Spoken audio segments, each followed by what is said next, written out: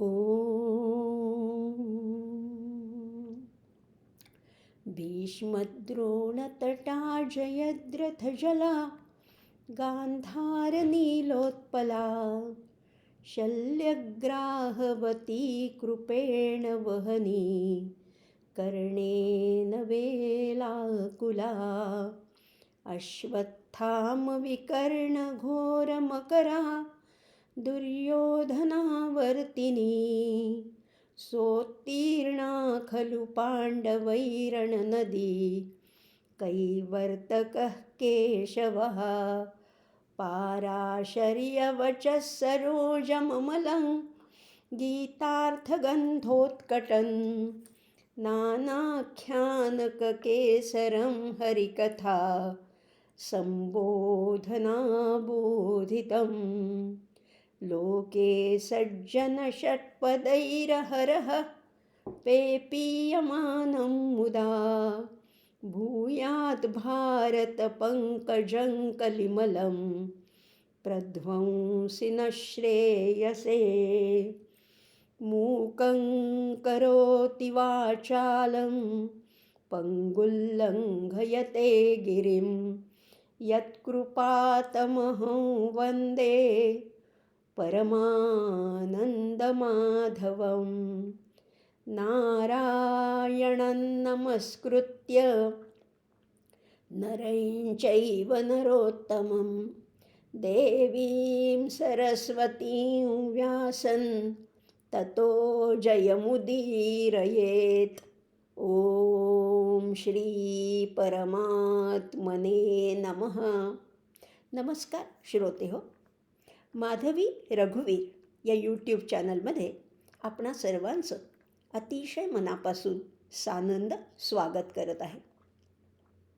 धर्मक्षेत्रे कुरुक्षेत्रे या उपक्रमाच्या माध्यमातून आपण भगवद्गीतेतल्या प्रत्येक अध्यायातल्या प्रत्येक श्लोकातल्या प्रत्येक शब्दावर विचार मंथन करतो आहे, विचारांची देवाणघेवाण करतो आहे, विचार विनिमय करतो आहे आणि त्यातून आपला व्यक्तिमत्व विकास घडवतो आहे. पण ह्या गीतेतून आपल्याला काहीतरी शिकायचं आहे, आपल्या आचरणामध्ये सकारात्मक बदल घडवायचा आहे, आपलं जीवन अधिक उन्नत अधिक समृद्ध करायचं आहे. कारण भगवद्गीतेच्या महात्म्यामध्ये असं म्हटलं आहे, गीता सुगीता कर्तव्या किमन्ये शास्त्रविस्तरैः. गीता सुगीता कर्तव्या, गीतेची सुगीता करायची.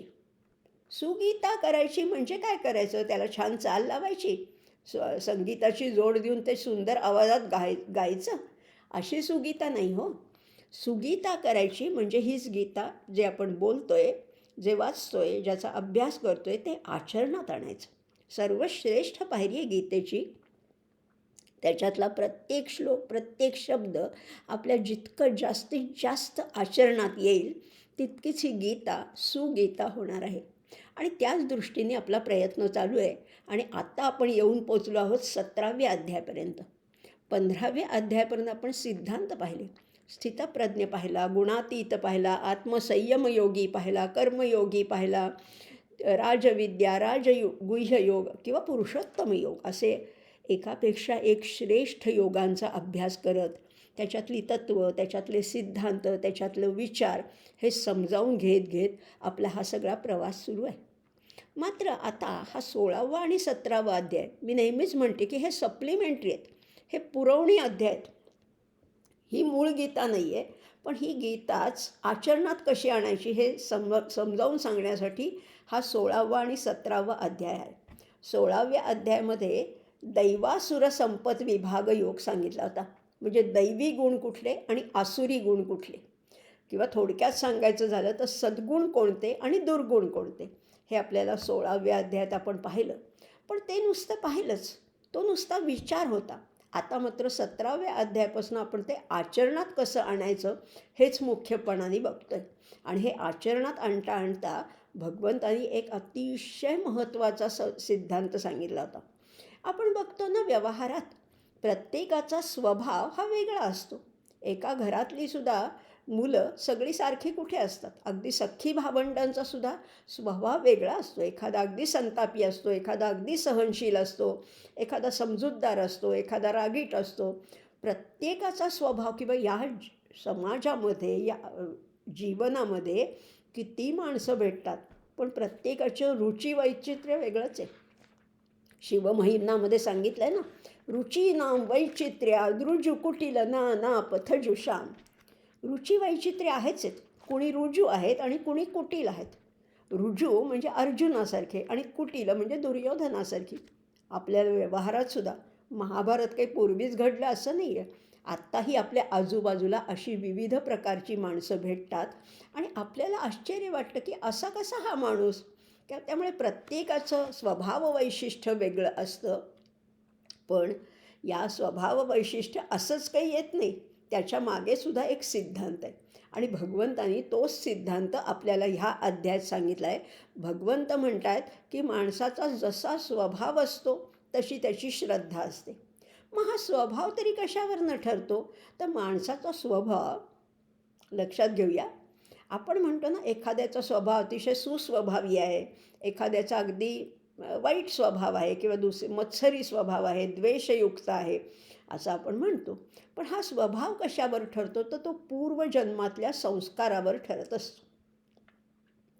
पूर्वजन्मातले संस्कार हे सगळं मागचं ते गाठोडं घेऊनच आपला हा जीवाचा जन्म होत असतो आणि ही श्रद्धासुद्धा या पूर्वसंस्काराने ठरत असते. भगवद्गीतेत तर सांगितलं आहेच आहे, पण गीताईमध्ये याचं अतिशय सोप्या शब्दामध्ये विनोबा काय सांगतात ते बघूया.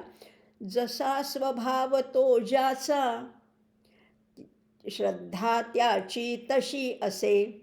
काय म्हणतात बघा, जसा स्वभाव तो ज्याचा, श्रद्धा त्याची जशी असे, श्रद्धेचा घडिला जीव, जशी श्रद्धा तसा चितो. जशी श्रद्धा तसा स्वभाव.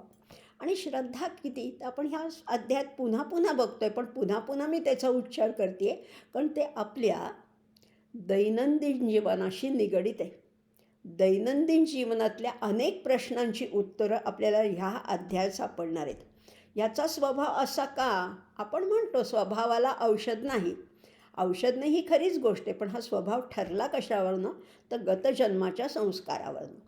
मग तामसी श्रद्धा, तामसी म्हणजे एकदम संतापी, तापट, आळशी, काय म्हणतात, दुराचारी. ही तामसी श्रद्धा म्हणजे काय आणि हे तामसी लोक असतात. आपण तिन्ही श्रद्धांचा अगदी थोडक्यात विचार करणार आहोत, कारण आज आपल्याला आणखीन 6 श्लोक बघायचे आहेत. आज 6 श्लोक बघणार, त्यामुळे पार्श्वभूमी थोडी कमी बघणार आहोत. पण बघा ना, 5 मकार आहेत. 5 मकार आहेत. मद्य आहे, मांस आहे, मत्स्य आहे, मुद्रा आहे आणि मैथून आहे. असे हे 5 मकार, असे हे तामसी लोक असतात. तामसी श्रद्धा ज्यांची असते त्यांच्यामध्ये हे 5 मकार बघायला मिळतात. हे लोक कसे असतात? आळशी असतात, स्वार्थी असतात, आचारभ्रष्ट असतात, विचारभ्रष्ट असतात. आणि असे लोक क्षुद्र देवतांची पूजा करतात. क्षुद्र देवता म्हणजे ज्याला फारशी मान्यता नाही आहे, अशा देवांची पूजा किंवा भूताखेतांची पूजा करतात. आणि हे असे लोक स्वतःबरोबर समाजाला सुद्धा अधोगतीला नेतात. म्हणून हे तामसी श्रद्धा ज्यांची आहे यांचा स्वभाव त्याप्रमाणे बनत असतो. राजसी लोक कसे असतात? ज्यांची राजसी श्रद्धा आहे त्यांचा आहार वेगळा, त्यांचे विचार वेगळे, त्यांचा आचार वेगळा. म्हणजे त्यांना चमचमीत, मसालेदार, आंबट चिंबट किंवा अतिउष्ण, जळजळीत किंवा जिभेचे चोचले पुरवणारे असे खाद्यपदार्थ त्यांना आवडतात, राजसी लोकांना, बरं का. आणि हे कामही भरपूर करतात, पण कुठलं काम? फक्त आवडीच्या कामामध्ये ते झोकून देतात. उद्योगी असतात, परंतु त्या उद्योगामध्ये स्थिरता नसते. उद्योग करतात, काम करत नाही असं नाही, आळशी असतात असंही नाही, पण अति काम करतात आणि फक्त आवडीचीच कामं करतात. त्यामुळे त्याच्यामध्ये स्थिरता नसते, स्वार्थ अति प्रमाणात असतो आणि धनसंपत्तीविषयी अतिशय लोभ असतो त्यांना. आणि यक्ष राक्षसांची पूजा करणारे असे हे राजसी लोक असतात. तामसी कळले, राजसी श्रद्धा कळली. सात्विकी श्रद्धा कशाला म्हणतात? ज्यांची श्रद्धा सात्विकी असते त्यांचा स्वभाव कसा असतो? शांत, सद्गुणी, ज्यांना देवपूजा आवडते, शांतता प्रिय असतात, एकांत प्रिय असतात, अंतर्मुख असतात, ज्यांची वागणूक अतिशय रुजू असते, इतरांना त्रास द्यायचे नाहीत, असे लोक हे सात्विकी श्रद्धेचे, सत्वयुक्त श्रद्धा त्यांची आहे. असे लोक विचारी आहेत, विवेकी आहेत, वैराग्यशील आहेत. आणि हे लोक, ह्या लोकांमुळे समाजाची धारणा होत असते. समाज ज्या मूठभर लोकांमुळे तरुण जातो किंवा उन्नत होत असतो, तीच ही मूठभर लोक आहेत सात्विकी श्रद्धेची. हे स्वतःचाही उत्कर्ष करतात आणि इतरांचाही आपल्याबरोबरच उत्कर्ष करत असतात. म्हणजे बघा ना, राजसी आणि तामसी लोक हे समाजासाठी म्हटलं तर अयोग्य आहेत, पण त्याला इलाज नाही आहे. असे लोक असणारच आजूबाजूला. पण ह्या मूठभर चांगल्या लोकांमुळे, या सात्विकी श्रद्धेच्या लोकांमुळे हा समाज ऊर्ध्वगतीला किंवा उन्नत अवस्थेला जातो असंही म्हणता येईल. आता हे सात्विक जे लोक आहेत ते आपण मागच्या वेळेस जे 3 प्रकारची तप पाहिली ती आठवते ना तुम्हाला? शारीरिक तप आहे, देवद्विज गुरुप्राज्ञ पूजनम शौचमार्जवम ब्रह्मचर्यमहिंसाच शारीरं तप उच्यते. पाहिलं होतं ना? हे शारीरिक तप आहे. वाणीचं तप त्याच्याबद्दल तर खूपच बोललो होतो आपण. आपल्याला आठवत असेल, अनुद्वेगकरं वाक्यम सत्यम प्रियहितैंचयत स्वाध्यायाभ्यसनैंचैव वाङ्मयं तप उच्यते. हे वाङ्मयीन तप, शारीरिक तप, वाङ्मयीन तप आणि मानसिक तप. मानसिक तप कुठलं? मनःप्रसाद सौम्यत्वं मौनमात्मविनिग्रहः भावसंशुद्धिरित्येतत् तपो मानसमुच्यते. ही 3ही प्रकारची तप जरी असली, आज आपण त्याच्या पुढचा भाग बघणार आहोत, पण ही 3ही प्रकारची तप आचरताना मात्र ती श्रद्धा कशी पाहिजे? ती सात्विक श्रद्धा पाहिजे. आणि म्हणूनच त्याच्या पुढचा जो श्लोक आहे, 16 श्लोकापर्यंत आपण मागच्या वेळेस पाहिलं होतं. आज 17वा श्लोक बघताना आपण त्याचंच आणखीन एक विस्ताराने स्वरूप बघणार आहोत. श्रद्धया परया तप्तं तपस्तत्त्रिविधं नरैः अफलाकांक्षिभिर्युक्तैः सात्विकं परिचक्षते. काय सुंदर सांगितलं आहे. श्रद्धया परया तप्तं, परया श्रद्धया तप्तं. श्रद्धेला आणखीन एक विशेषण लावलं आहे. श्रद्धा म्हणजे जीवन व्रताची एक दिशा, आणि ह्या दिशेला परया असं विशेषण लावलं आहे. परया म्हणजे उत्कट श्रद्धा. परया श्रद्धया तप्तं, अतिशय श्रेष्ठ श्रद्धेने जे युक्त असतात, तप आचरतात. कुठलं? तपस्तत्त्रिविधं नरैः. हे वर सांगितलेलं जे त्रिविध तप आहे, हे जे कोणी श्रेष्ठ उत्कट श्रद्धेने आचरतात. आणि कसं? आणखीन त्याला आणखीन विशेषणं वापरली. अफलाकांक्षिभिर्युक्तैः, फळाची आकांक्षा नाही. अगदी दुसऱ्या अध्यायापासून, स्थितप्रज्ञाच्या लक्षणापासून आपण पाहतोय निष्काम कर्मयोग. फळाची अपेक्षा नकोच. फळ काय मिळणार इकडे लक्षच नको. अफलाकांक्षिभिर्युक्तैः सात्विकं परिचक्षते. त्याला सात्विक श्रद्धा असं म्हटलेलं आहे. याच क्रमाने आपण आणखीनही 2 श्रद्धा बघणार आहोत. राजसी श्रद्धा कुठली? आधी 3ही श्लोक वाचूया आणि मग त्याचं स्पष्टीकरण बघूया. दुसरी श्रद्धा कुठली आहे? राजसी श्रद्धा. ती कशी आहे? सत्कारमान पूजार्थं तपोदंभेन चैव यत् क्रियते तदिह प्रोक्तं राजसैचलमध्रुवम्. कशासाठी ही श्रद्धा? ही राजसी श्रद्धा आहे. ती कशी आहे तेही बघणार आहोत. आणि तिसरं आहे मूढग्राहेणात्मनो यत्पीडया क्रियते तपः परस्योत्सादनार्थं वा तत्तामसमुदाहृतम्. अशा 3 प्रकारचे श्रद्धा, हे 3 श्लोक आपण आता बघणार आहोत. 16 श्लोक झाले होते. 17, 18 आणि 19 आधी बघणार आहोत आणि नंतर बघूया. म्हणजे बघा ना, आता सात्विक श्रद्धा कशाला म्हटलेलं आहे? सात्विक तप कुठलं? हे 3 तप सांगितले. जसं आपण आता आहाराचं पाहिलं की नाही, म्हणजे आपण हेही पाहिलं होतं की आहार कशासाठी. आता या रणांगणावर आहाराचं काय महत्त्व आहे? पण एकातून एक आहे, ही लिंक आहे, ही साखळी आहे. जसा तुमचा आहार तसे तुमचे विचार, जसे तुमचे विचार तसे तुमचे उच्चार, जसे तुमचे उच्चार तसा तुमचा आचार.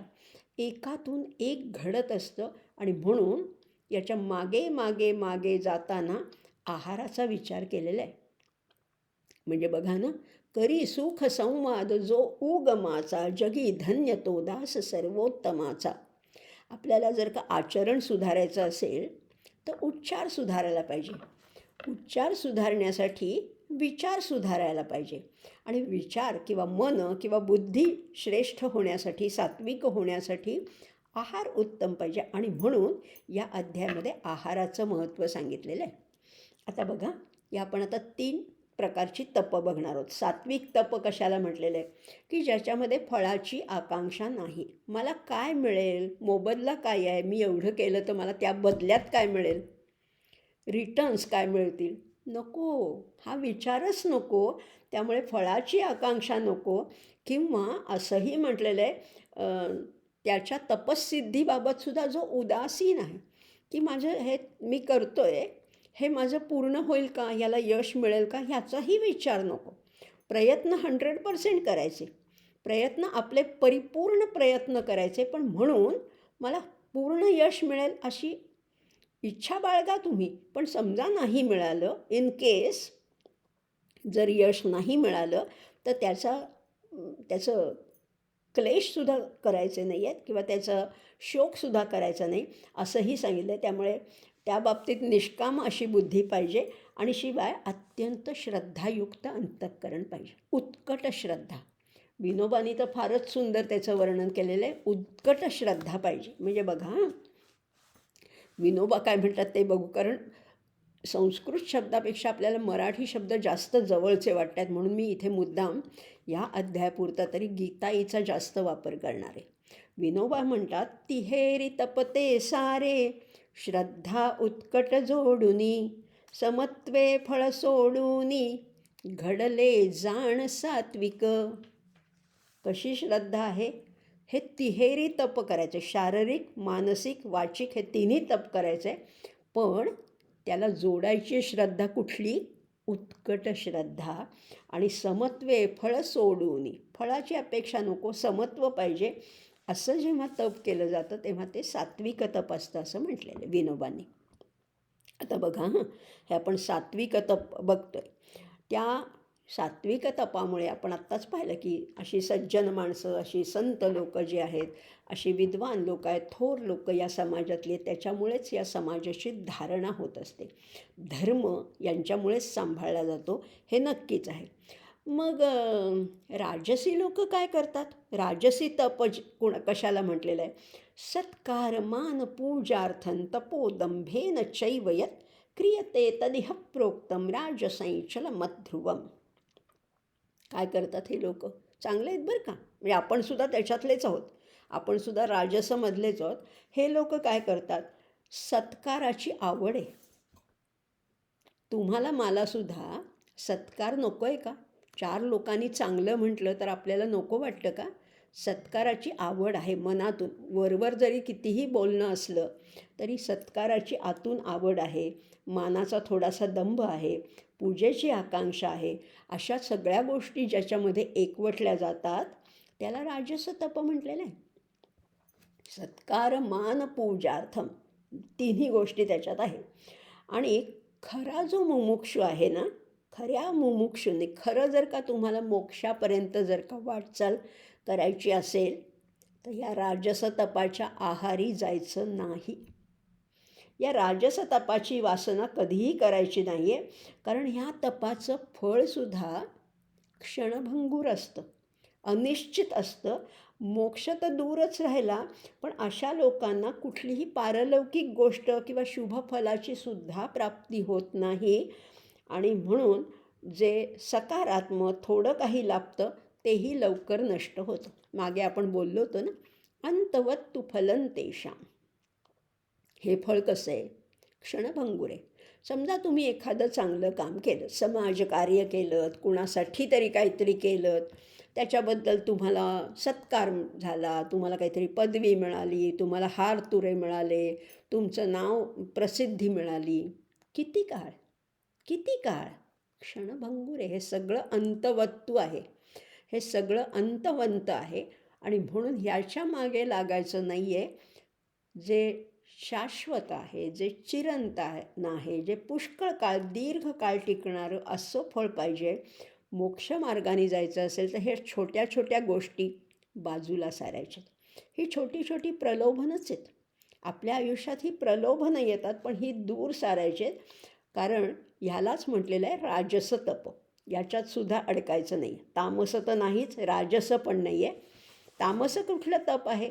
मूढग्राहेणात्मनो यत्पीडया क्रियते तपः परस्योत्सादनार्थं वा तत्तामसमुदाहृतम्. तामस तप कशाला म्हटलंय बघा. मूढग्राहेणात्मनो यत, एक एक शब्द इतका सुंदर आहे बघा.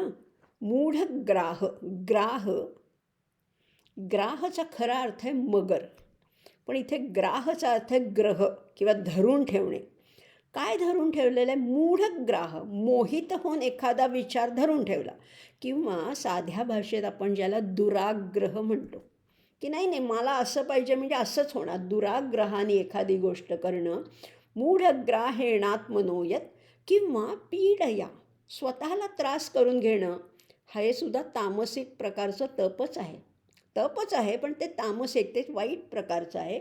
किंवा परस्य उत्सादनार्थं वा, किंवा दुसऱ्याला त्रास होईल, दुसऱ्याला पीडा होईल, दुसऱ्यांना क्लेश होतील, किंवा दुसऱ्यांचा त्याच्यामध्ये प्राणहानी होईल, अशा काही गोष्टी करणारं जे गोष्टी म्हणजे असं जे तप आहे त्याला तामस तप म्हटलेलं आहे. मूढग्राहेणात्मनो यत, किंवा विनोबा काय म्हणतात 19व्या श्लोकाला, दुराग्रहेची जे होय अंतरात्म्यास पीडुनी, किंवा जे परघातार्थ जाण तामस ते तप. त्याला तामस तप असं म्हटलेलं आहे. हे तर झाले शब्दशः अर्थ. आता आणखीन त्याचा अर्थ बघणार आहोत, कारण व्यवहारातलंही पाहिजे ना आपल्याला. म्हणजे बघा, सत्कारासाठी, मतदानासाठी, मानपानासाठी काही लोक काही गोष्टी करतात, पण त्या तात्पुरत्या असतात. त्याला राजस तप म्हटलेलं आहे. आणि तामस तप कुठलं आहे? मूर्खपणा, हट्टाने दुसऱ्यांना त्रास देण्यासाठी, किंवा आपल्या शरीराला सुद्धा कष्ट देतात, त्याला तामस तप म्हटलेलं आहे. आपल्याला स्वतःला सुद्धा ते कष्ट देतात बरं का. असे लोक जे आहेत ना, ते स्वतःला कष्ट देतात. म्हणजे बघा, त्या एखाद्या जत्रेमध्ये वगैरे ते बगाड लावतात. बगाड म्हणजे असं ते गळ लावतात, किंवा जिभेला टोचून घेतात, किंवा असे स्वतःच्या शरीराला क्लेश देतात. ते तपच आहे, पण ते तामस तप आहे. त्याचा काहीही तसा लाभ होत नाही. स्वतःला किंवा दुसऱ्याला त्रास देणं हे तामस तप आहे. किंवा ह्याच्या पुढची गोष्ट सांगू का, आपल्या ओळखीची जी अतिरेकी आहेत, किंवा आणि त्याच्याही पलीकडे जाऊन ज्याला ह्युमन बॉम्ब म्हणतो आपण, मानवी बॉम्ब. आपल्याला माहिती आहे काही लोक, काही अतिरेकी स्वतः बॉम्ब बनवून एखाद्याचा वध करण्यासाठी, एखाद्याला नाहीसं नष्ट करण्यासाठी स्वतः ह्युमन बॉम्ब बनतात. म्हणजे ह्याच्यामध्ये स्वतःचा मृत्यू निश्चित आहे, पण दुसऱ्याला मारण्यासाठी स्वतःचा जीव देणं हे तामस तप आहे. आपल्याला माहिती आहे, अगदी माजी पंतप्रधान राजीव गांधींचा मृत्यू अशाच मानवी बॉम्बच्या माध्यमातून झाला होता. म्हणजे ती व्यक्ती पण गेली आणि ज्यांना मारायचं होतं तेही गेले. हे काही तप आहे का? हे तामसी तप आहे. त्यामुळे असे अतिरेकी, असे जे स्मगलर आहेत, किंवा असे जे स्वतःचा जीव उगीचच धोक्यात घालतात, अशा लोकांना हे तामसी तप असं म्हटलेलं आहे. म्हणजे बघा, मूर्खपणाच्या हट्टाने मन, वाणी, शरीर या सगळ्यांना पीडा देऊन किंवा दुसऱ्याचं अनिष्ट करण्यासाठी जे तप केलेलं आहे ते तामस तप आहे. याच्यामध्ये अट्टाहास मी म्हणतो म्हणून करायचं. त्याच्यातले धोके लक्षात आले तरीसुद्धा नाही मी आता एकदा ठरवलं आहे ना, मी असंच करणार. अट्टाहासाने आत्मपीडा, दुसऱ्याचा नाश करण्यासाठी जे तप केलं जातं. म्हणजे बघा ना, रावण काही कमी तपस्वी होता का? रावण काय, हिरण्यकश्यपू काय, भस्मासूर काय, असे हे राक्षस जे होते ना, हे तपश्चर्या करणारेच होते. पण त्यांच्या तपाचा समाजाला काही लाभ झाला का? हिरण्यकश्यपूनी शिवशंकरांना प्रसन्न घेऊन वर मागितला होता, पण त्या वरामुळे त्याचा स्वतःचाच घात झालेला आहे. रावण काय, भस्मासूर काय, अनेक राक्षसांनी तपश्चर्या केली, पण त्याचा काहीच उपयोग नाही. किंवा कुंभकर्णसुद्धा म्हटलं तर तपस्वीच होता. रावणाने तर असं म्हणतात की 10,000 वर्ष तप केले होते आणि ब्रह्मदेवाकडे अमरत्व मागितले होते, पण त्याच्याच भावाने एका घरात सुद्धा एक तामस आणि एक सात्विक असू शकतो बरं का. म्हणजे रावणाचाच भाऊ जो बिभीषण होता, त्या बिभीषणाने सुद्धा तपश्चर्या केली होती. पण बिभीषणाने काय वर मागितला होता देवाकडे? बिभीषण म्हणाला होता की पराकाष्ठेच्या विपत्तीत जरी मी सापडलो तरी धर्माकडे माझी जी दृष्टी आहे, माझी जी मती आहे ती उत्तम असावी, माझी बुद्धी सन्मार्गावर चालावी आणि ज्या ज्या आश्रमामध्ये मला जशी जशी बुद्धी होईल ती धर्माला अनुसरून असावी आणि त्या धर्माचं परिपालन परिशीलन माझ्याकडनं व्हावं, असा बिभीषणाने वर मागितला होता. सख्खे भाऊ आहेत बरं का. रावणाने पण तपश्चर्या केली, कुंभकर्णाने पण तपश्चर्या केली, बिभीषणाने पण तपश्चर्या केली, तिघांनी तपश्चर्या केली. पण एक होता तामस, एक होता राजस. रावण हा राजस तपश्चर्या करणार होता, कुंभकर्ण हा तामस होता, नुसता झोपा काढत होता, आणि बिभीषण हा सात्विक होता. तिघं भाऊ, पण तिघांचं हे 3 प्रकार असू शकतात, कारण ते पूर्वजन्मानुसार ठरत असतात. हे तर आपण आता पाहिलं. आता ह्या 3 प्रकारच्या तपश्चर्या झाल्यानंतर आता आपण पुढे जाणार आहोत. ते म्हणजे 3 प्रकारची दानं बघणार आहोत.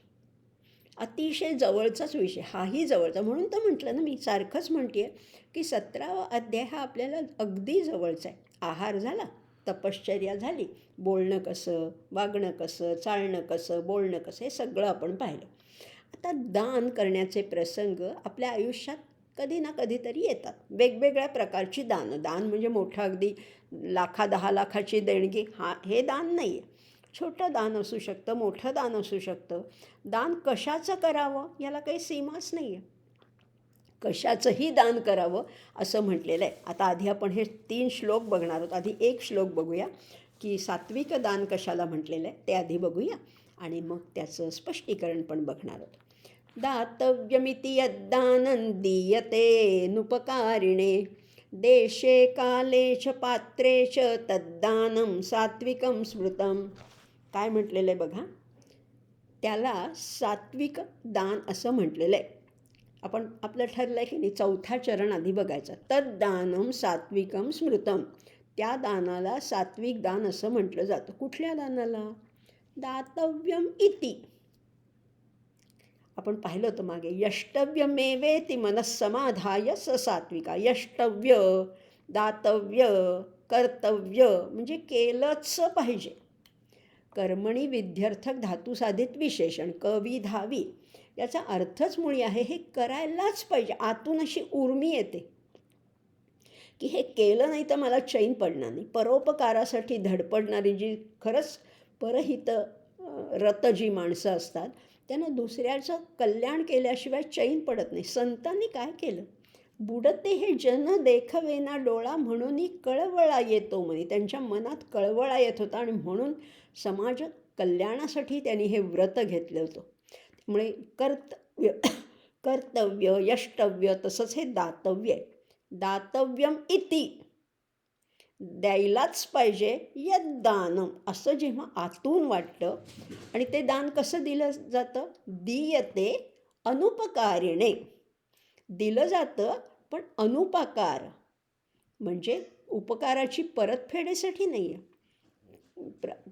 काही मला ह्याच्यातनं मिळेल ह्याच्यासाठी दान दिलं नाही आहे. आणि ते कसं दिलं जातं? देशे काले च पात्रे च. 3 गोष्टी महत्त्वाच्या आहेत दानामध्ये. 3 गोष्टी निश्चितच महत्त्वाच्या असतात. देश म्हणजे स्थान. देश म्हणजे भारत, इंग्लंड, ऑस्ट्रेलिया हा देश नाही. देश म्हणजे स्थान म्हणजे ठिकाण. योग्य ठिकाणी द्यायला पाहिजे. त्याचीसुद्धा एक प्रॉपर जागा आहे ना. देशे काले, काळसुद्धा योग्य पाहिजे. आणि पात्रेच, सत्पात्री दान द्यायला पाहिजे. पात्र म्हणजे लायक, पात्र म्हणजे योग्य, अशा व्यक्तीला दान द्यायला पाहिजे. देशे कालेच पात्रेच तद्दानम, त्याच दानाला सात्विक दान असं म्हटलं जातं. आता बघूया, हा तर झाला शब्दशः अर्थ. देश, काल आणि पात्रता यांचा विचार करून जे दान दिलं जातं ते अतिशय सात्विक दान असतं. आता कुठलं दान? आता दानाबद्दल आपण जास्त जरा बोलणार आहोत. दान देताना कसं दान द्यायचं आहे? इदं न मम, हे माझं नाही. माझा अधिकार आहे आणि मी तुला देतो, ह्याच्यामध्ये सुद्धा परोपकाराची भावना असते. पण इदं न मम अशा भावनेने जे दिलं असतं किंवा ज्याच्यामध्ये परतीची अपेक्षा नाही, परतफेडीची अपेक्षा नाही आहे, त्यामुळे असं जे दान असतं त्या एका अंशाचीही अपेक्षा नाही आहे. सत्पात्री दान दिलं जातं आणि जिथे सत्पात्री दान दिलं जातं ना, तिथे निश्चिंती असते, तिथे संशयाची निवृत्ती असते. म्हणजे ते दिल्यानंतर पुन्हा पुन्हा त्याला विचारावं लागत नाही. मनाने निश्चिंत होतं की मी योग्य ठिकाणी दान दिलेलं आहे, मी आता परत परत तिकडे वळणारसुद्धा नाही. म्हणजे असं म्हटलं जातं, आपल्याला माहिती आहे सगळ्यांनाच, उजव्या हाताने दिलेलं दान डाव्या हाताला सुद्धा कळू नये. किंवा असंही म्हटलं जातं, नेकी कर और कुएं में डाल. आपण केलेलं विसरून जायचं आहे, इतकी परतफेडीची अपेक्षा नाही. त्याला सात्विक दान असं म्हटलेलं आहे. म्हणजे बघा ना, आपण एकातनं एक बघतो आहे ना, सगळे गोष्टी एकातनं एक. म्हणजे आहारातनं देहाची, मनाची, चित्ताची शुद्धी झाली की आपोआप मग आत्मिक बळ वाढतं. आणि मग आत्मिक बळ वाढलं की त्याच्यासाठी सुद्धा आणि प्रयत्नपूर्वक, जाणीवपूर्वक अभ्यास केला जातो. मग दान करायचं. मग संपत्ती दान करण्यापूर्वी ती बरोबर उचित मार्गाने आहे का, आणि हे कळण्यासाठी सुद्धा बुद्धिशुद्ध पाहिजे. आणि म्हणून आणि दानाचे सुद्धा 3 प्रकार आहेत. ती बुद्धीसुद्धा शुद्ध असावी, शुक्ल असावी, शबल किंवा कृष्ण असंही म्हटलेलं आहे. आता 3 प्रकारची दान आहेत. दान तर आपल्याला माहिती आहे की एखाद्या व्यक्तीने ज्याच्याकडे जे जास्त आहे आणि ज्याच्याकडे जे कमी आहे, ज्याच्याकडे जास्त आहे त्याने कमी असलेल्याला आपल्याकडची वस्तू देणं हे खरा दानाचा अर्थ आहे. पण आता दानाचे 3 प्रकार आहेत बरं का. याच्यात नाही आहेत, गीतेत नाही आहेत, पण ह्या अनुषंगाने आपण थोडंसं बघणार आहोत. संपत्तीचं दान हे आपल्याला माहिती आहे आता. पण संपत्ती कुठल्या मार्गाने मिळवलेली असावी, तर असं म्हणतात की त्या संपत्तीचे सुद्धा 3 प्रकार आहेत बरं का. एक शुक्ल आहे, एक शबल आहे आणि एक कृष्ण आहे. शुक्ल, शबल, कृष्ण. शुक्ल म्हणजे काय, जी वडिलोपार्जित संपत्ती मिळालेली आहे किंवा आपतेश टाकून कुठल्या काकाकडनं, कुठल्या मावशीकडनं, कुठनं तरी मिळालेलं, पण प्रेमाने, हिसकावून नाही, जबरदस्ती नाही, आपतेष्टांकडनं वडिलोपार्जित अशी प्रीतीने मिळालेलं किंवा पत्नीबरोबर आलेलं, एखाद्या सासूरवाडीकडनं मिळतं, हे धन आहे ते शुक्ल धन आहे, ते शुद्ध आहे बरं का. दुसरं आहे शबल. शबल धन कशाला म्हटलेलं आहे, जे लाच म्हणून मिळालेलं आहे किंवा जी वस्तू विकायला नाही पाहिजे अशी वस्तू विकून मिळालेलं किंवा उपकाराची परतफेड म्हणून मिळालेलं धन हे शबल धन आहे. म्हणजे ते थोडंसं दुय्यम दर्जाचं आहे.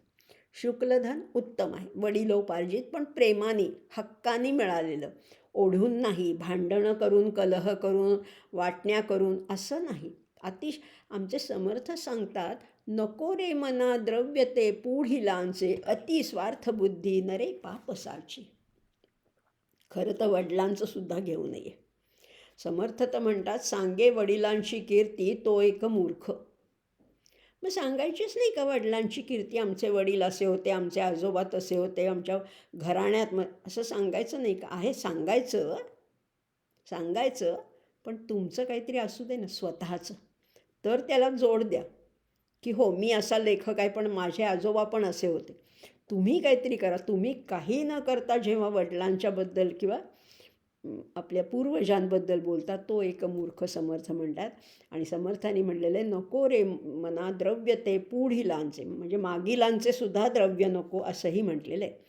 पण इथे शुक्ल म्हणजे वडिलोपार्जित आहे, शबल म्हणजे गैरमार्गाने आलेलं ते शबल आहे. आणि कृष्ण कुठलं धन आहे, तर द्यूतामध्ये प्राप्त झालेलं धन आहे ते कृष्णधन आहे. किंवा चोरी किंवा दरोडे घालून, भ्रष्टाचार करून, अफरातफर करून, घोटाळे करून मिळवलेलं धन आहे ते कृष्णधन आहे. मग आता जर का दान करायचं असेल तर ते आधी शुद्ध धन पाहिजे. आपल्याकडे जे धन आहे ते आधी शुद्ध स्वरूपातलं पाहिजे, तरच त्याचं दान हे सात्विक दान करू शकता. त्यामुळे प्रत्येक माणसाने आधी शुक्ल धन मिळवण्याचा प्रयत्न करायचा आहे. दात्यांनी दान केल्यानंतर त्याची आठवणसुद्धा राहू नये. आणखीन एक गोष्ट अशी आहे की दान देताना दात्याचा अहंकार वाढू नये आणि घेणाऱ्याला कमीपणा वाटू नये. या 2 गोष्टी साधल्या तर ते दान सात्विक दान होऊ शकतं. होऊ शकतं. तुमच्याकडे पैसा भरपूर आहे, पण त्याचा काय उपयोग? असं एक सुभाषित आहे, दानं भोगो नाशः तिस्रो गतयो भवन्ति वित्तस्य यो न ददाति न भुंक्ते तस्य तृतीया गतिर्भवती. धनाच्या 3 अवस्था असतात. काहीही करा तुम्ही, काहीही करा, धनाच्या 3च अवस्था आहेत. एक म्हणजे तुम्ही दुसऱ्याला द्या. तुमच्याकडे खूप पैसा आहे, तुम्ही आधी दुसऱ्याला देऊन टाका, दानम. नाहीतर मग भोग घ्या, तुम्ही त्याचा उपभोग घ्या. नाहीतर काय होईल, तुम्ही दान दिलं नाही आणि भोगही घेतलं. काही लोक असतात ना कृपण, नुसते पैसे साठवून ठेवतात, स्वतःही उपभोगत नाही, दुसऱ्यालाही देत नाही. मग त्यांच्या धनाचा काय उपयोग होतो? त्यांची तिसरी गती होते नाशः. दानम भोगो नाशः तिस्रो गतयो भवन्ति वित्तस्य. ह्या 3 गती आहे. यो न ददाती म्हणजे जो देत नाही, न भुंक्ते स्वतःही भोगत नाही, तस्य धनस्य तृतीया गतिर्भवती. त्याच्या धनाची 3री अवस्था होते म्हणजे नाश होतो. आणि म्हणूनच आपल्या सगळ्या संतांनी किंवा थोर विचारवंतांनी सांगून ठेवलेलं आहे की जर तुमच्याकडे आहे ना, उत्तम स्थितीमध्ये, उत्तम कंडिशनमध्ये तुम्ही असाल तर वाटून टाका, भरपूर वाटून टाका. कारण उद्या आयुष्य आहे का नाही याची खात्री नाही. दुष्ट लोक हाच विचार असा करतात की उद्या आपलं आयुष्य टिकणार आहे का काही माहिती नाही, किंवा उद्या ही संपत्ती राहणार आहे का नाही माहिती नाही, म्हणून आत्ताच साठवून ठेवा. आणि सज्जन लोक हाच विचार वेगळ्या पद्धतीने करतात की आयुष्याची खात्री नाही, म्हणून आत्ताच जेवढं दान देता येईल तेवढं देऊन टाका. असं म्हटलेलं आहे की शेतामध्ये सुद्धा पाणी जास्त झालं तर ते पिकाला हानिकारक असतं. अति पैसासुद्धा हानिकारकच असतो. आपल्या मुलांसाठी, पुढच्या पिढ्यांसाठी अति पैसा किंवा आपण आज ज्याला प्रॉब्लेम ऑफ प्लेंटी म्हणतो, हा हानिकारकच आहे. जर का तुमचा मुलगा उत्तम असेल, चारित्र्याने उत्तम असेल, शिक्षणाने उत्तम असेल, बुद्धीने उत्तम असेल, तर कशाला त्याच्यासाठी पैसा ठेवायचा? आणि जर का मुलगा तुमचा चांगला नसेल, वाईट आहे, व्यसनी आहे, आळशी आहे, अज्ञानी आहे, तरी कशाला ठेवायचा पैसा? पुढच्या पिढ्यांसाठी पैसा ठेवू नका. तुम्ही आवश्यक तेवढा उपभोग घ्या आणि बाकी सगळं वाटून टाका. पूत सपूत तो का धन संचय. चांगला मुलगा सपूत असेल, सुपूत असेल, का धन संचय? मग कशाला धनाचा संचय करायचा? पूत सपूत तो का धन संचय, पूत कपूत तो का धन संचय. वाईटच मुलगा असेल तरी धनसंचय करू नका, आहे तेवढं गरजूंना द्या.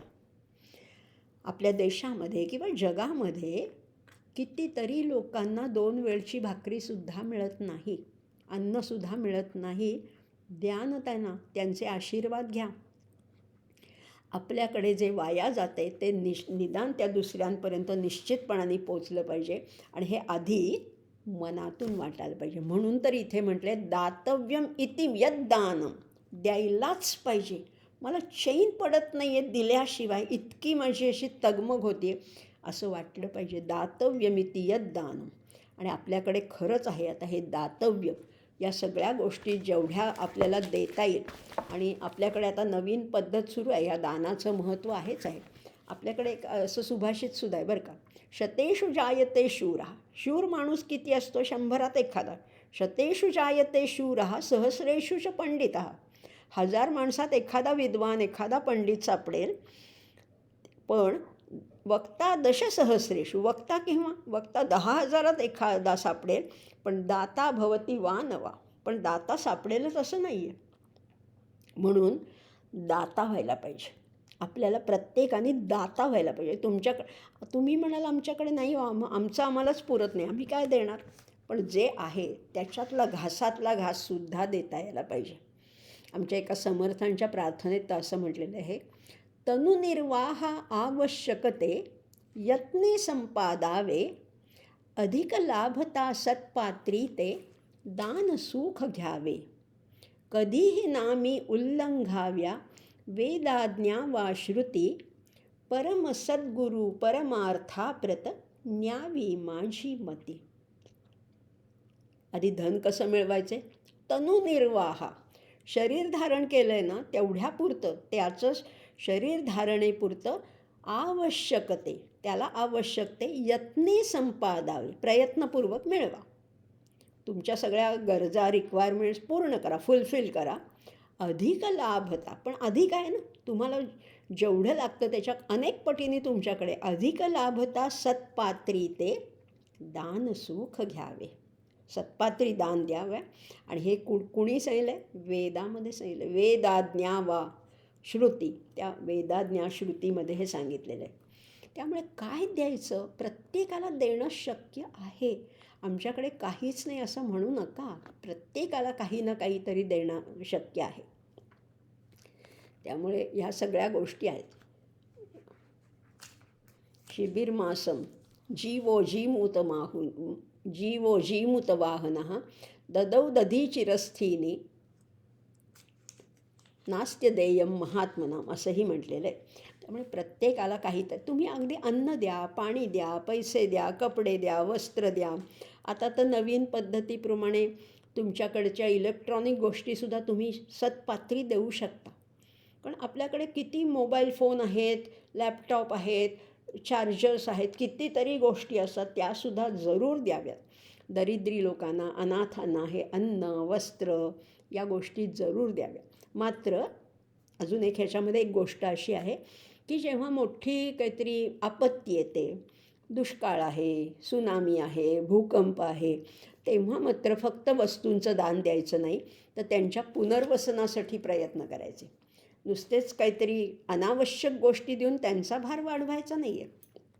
त्यांना तात्पुरतं अन्न वस्त्र देणं अगदी योग्य आहे, पण पुढे हळूहळू त्यांच्या पुनर्वसनासाठी, त्यांच्या नोकरीसाठी, त्यांच्या उत्पन्नासाठी काहीतरी त्यांची व्यवस्था करायला पाहिजे. त्यांची तरतूद आपल्याला करायला पाहिजे. किंवा हेही नाही का तुम्हाला शक्य, मग अंध किंवा मूकबधीर लोकांसाठी तुम्ही समयदान देऊ शकता. त्यांच्यासाठी, अंध लोकांसाठी पुस्तकं वाचून दाखवू शकता, त्यांच्यासाठी काही रेकॉर्डिंग करू शकता, किंवा निदान त्यांच्या संवेदना समजून घेऊ शकता. समरस तरी त्यांच्याशी होऊ शकता. त्यांना सहानुभूती नको असते, फक्त त्यांना तुमचा वेळ पाहिजे असतो, तुमची भावना त्याच्याशी समरस व्हायला पाहिजे.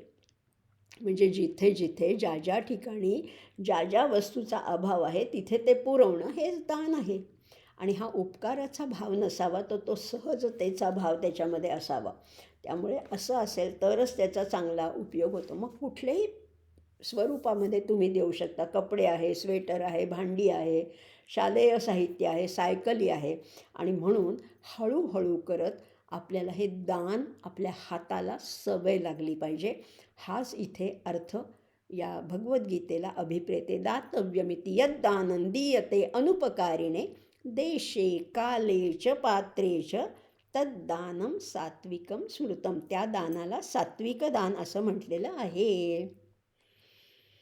पुढचा श्लोक काय सांगतोय? यत्तु प्रत्युपकारार्थं फलमुद्दिश्य वा पुनः दीयते च परिक्लिष्टं तद्दानं राजसं स्मृतम. सात्विक दान कळलं. आता राजस दान बघूया. यत तू मागे पाहिलं होतं आपण. तू आलं की मागच्या श्लोकाशी विरोध आहे, वेगळं आहे काहीतरी. ह्या मागच्या श्लोकात जे सांगितलं त्याच्यापेक्षा वेगळं आहे. मागच्या श्लोकात सात्विक दान आपण पाहिलं. यत्तू, परंतु प्रत्युपकारार्थम, काहीतरी मी दिलं तर मला त्याचं रिटर्न्स पाहिजे, मला त्याची परतफेड पाहिजे. किंवा फलमुद्दिश्य वा पुनः, किंवा कुणाला तरी काहीतरी दिलं त्याच्यातनं मला रिटर्न्स पाहिजे. किंवा एखाद्या मोठ्या व्यक्तीला काही आपण दिलं, एखादी गिफ्ट म्हणा, नजराणा म्हणा, काही दिलं तर त्याच्यातनं माझा काय लाभ होईल? माझ्या नातेवाईकांना नोकरी मिळेल का? किंवा एखाद्या मंत्र्यासाठी आपण काही, कुणासाठी काही राजकीय गोष्टी आपण केल्या तर त्याच्यातनं माझा काय लाभ होईल असा जेव्हा विचार करून जे दान केलं जातं, फलम उद्दिश्य वा पुनः, आणि ते करतानासुद्धा दीयते, दिलं जातं, पण कसं? परिक्लिष्टन, क्लेश होतात. दिलं मी, पण अतिशय मनाला दुःख झालं होतं ना.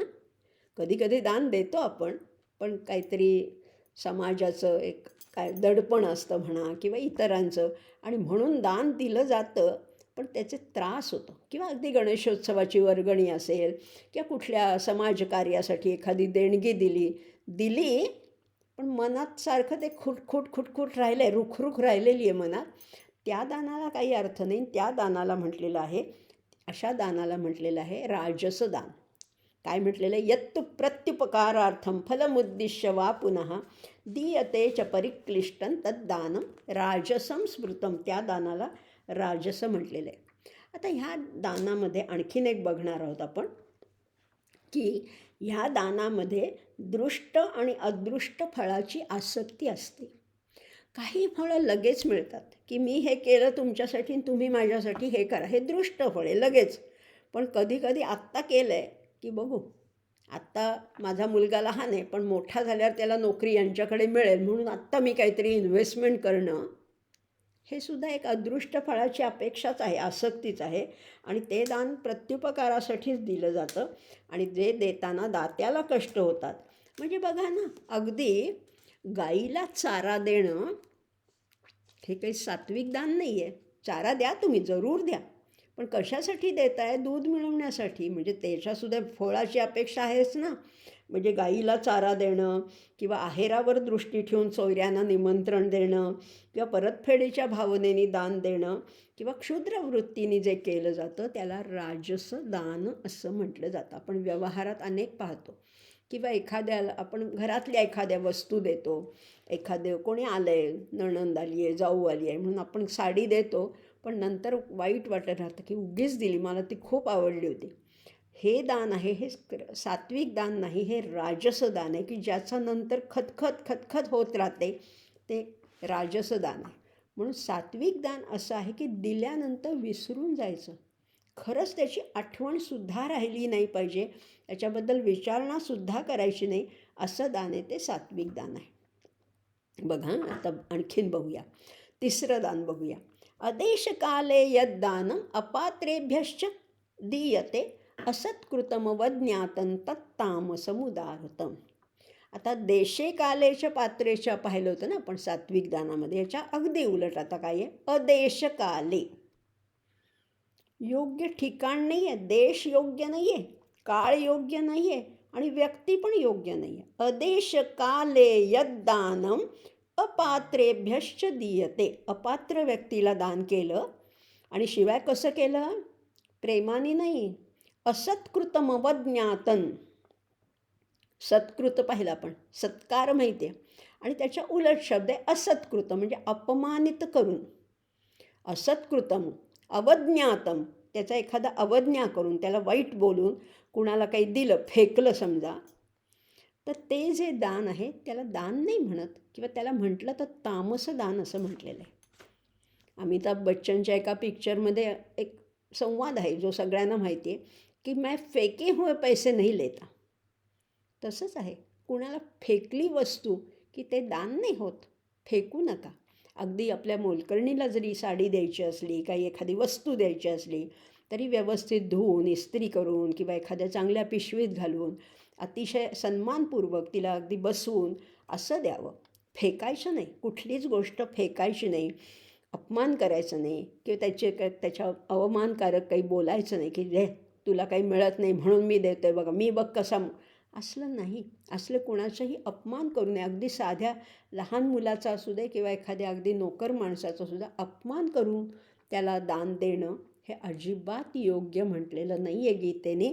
त्याला असत्कृतम अवज्ञातम तत्ताम समुदाहृतम, त्याला तामस दान असं म्हटलेलं आहे. आणि हे दान कुठे केलं जातं? अदेशकाले, अपवित्र ठिकाणी. म्हणजे एखाद्या अगदी कचरापेटीच्या बाजूला तुम्ही कोणाला अगदी पैठणी दिलीत, काही उपयोग आहे का? ती काही जागा आहे का? छान चांगल्या ठिकाणी बसून, मंदिरात म्हणा, घरात म्हणा, पूर्व पश्चिम म्हणा, असं द्या ना. अदेशकाले, अपवित्र ठिकाणी देऊ नये, अशौच काळात देऊ नये, ग्रहणाच्या काळात वगैरे असला तो दानधर्म तो वेगळा.